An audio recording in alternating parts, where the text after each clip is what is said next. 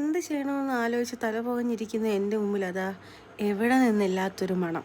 ഇതെവിടെ നിന്നാണ് ആ മണം? ആ മണം തേടിയുള്ള യാത്രയായിരുന്നു. ആ മണം തേടിയുള്ള യാത്ര ചെന്ന് അവസാനിച്ചത് അടുക്കളയിലേക്കായിരുന്നു. ഞാൻ നോക്കിയപ്പോൾ എൻ്റെ അമ്മ നന്നായിട്ട് മീൻ പൊരിക്കുന്നുണ്ടായിരുന്നു. അതിൻ്റെ മണമാണ് ഇവിടെ എത്തിയത്. അയല അല്ല സോറി കുഞ്ഞു കൊഴിയാളയും പിന്നെ നമ്മുടെ മത്തി ചാള എന്ന് പറയും, അവരെ പൊരിച്ചുകൊണ്ടിരിക്കുകയായിരുന്നു. പിന്നെ എനിക്ക് പെട്ടെന്ന് തന്നെ ഒരു വിശപ്പങ്ങെത്തി. എന്താണെന്നറിയില്ല, മീൻ പൊരിക്കുന്നത് കാണുമ്പോൾ കുഞ്ഞിലെ തൊട്ടേ എനിക്ക് വല്ലാത്തൊരു വിശപ്പ് വരും ഗൈസ്. നിങ്ങളും അങ്ങനെയാണോ? പിന്നെ ഞാൻ നോക്കിയപ്പോൾ ബീട്രൂട്ട് തോരനുണ്ടായിരുന്നു. പിന്നെ ഇത് നമ്മുടെ കുഞ്ഞു നത്തോലി തോരനാണ്. എൻ്റെ അമ്മ വയ്ക്കുന്ന നത്തോലി തോരൻ എനിക്ക് ഭയങ്കര ഇഷ്ടമാണ് കേട്ടോ. എന്തോ ഒരു വല്ലാത്തൊരു ടേസ്റ്റാണ്. ഞാൻ ഇതിൻ്റെ റെസിപ്പി ആയിട്ട് വരുന്നതായിരിക്കും.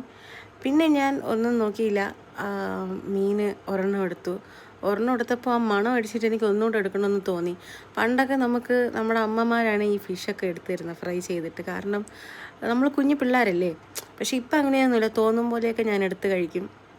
അമ്മ പറഞ്ഞു നിൻ്റെ ഇഷ്ടാനുസരണം നീ എടുത്ത് കഴിച്ചോ എന്ന് പറഞ്ഞു. അങ്ങനെ ഞാൻ പിന്നെ 2 എടുത്തു. എനിക്ക് 2 മതി, അത് തന്നെ ധാരാളമാണ്.